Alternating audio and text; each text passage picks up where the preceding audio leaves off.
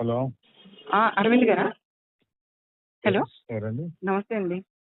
నా పేరు అనిత. నమస్తే అండి, చెప్పండి మేడం. సార్, బండి సంజయ్ గారు అబ్బాయి చేసిన పనికి మీరు అసలు ఒక్క మాట కూడా ఎక్కడ మాట్లాడలేదు తప్పని. మేడం, బండి సంజయ్ గారు అబ్బాయి చేసిన తప్పని మీరు ఒక్క చోట కూడా మాట్లాడలేదు. నేను Bharatiya Janata party MP madam.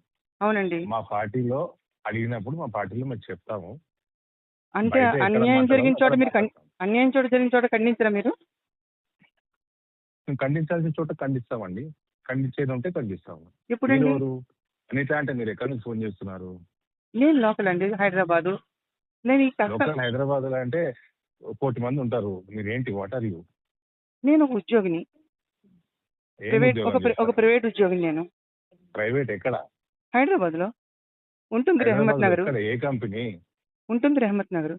నేను అడిగిన దానికి మీరు అడిగేదానికి సంబంధం ఉందా సార్? మీరు నన్ను అడగడానికి మీరు ఎవరు మేడం? అరే, మీరు ఒక అధికారి అండి, ప్రజల అధికారి మీరు. అవునండి, ప్రజల నాకు మనిషి అండి. తెలుసండి. ఒక ప్రజలో నేను ఒక వ్యక్తిగా మనిషిగా మాట్లాడుతున్నాను. జరిగిన అన్యాయాన్ని మీరు ఎందుకు మాట్లాడలేదు అని. నేను మాట్లాడాలి, ఎక్కడ మాట్లాడకూడదు, ఏం మాట్లాడాలని నేను నిర్ణయిస్తాను మేడం.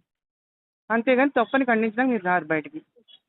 నేను ఖండించలేదా మీకు ఎట్లా తెలుసు మేడం?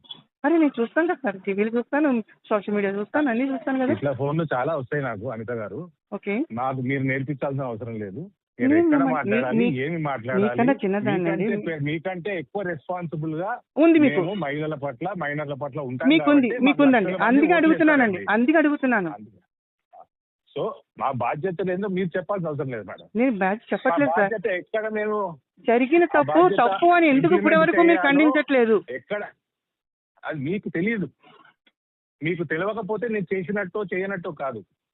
ఓకే, ఓకే, సరే సార్, థ్యాంక్ యూ.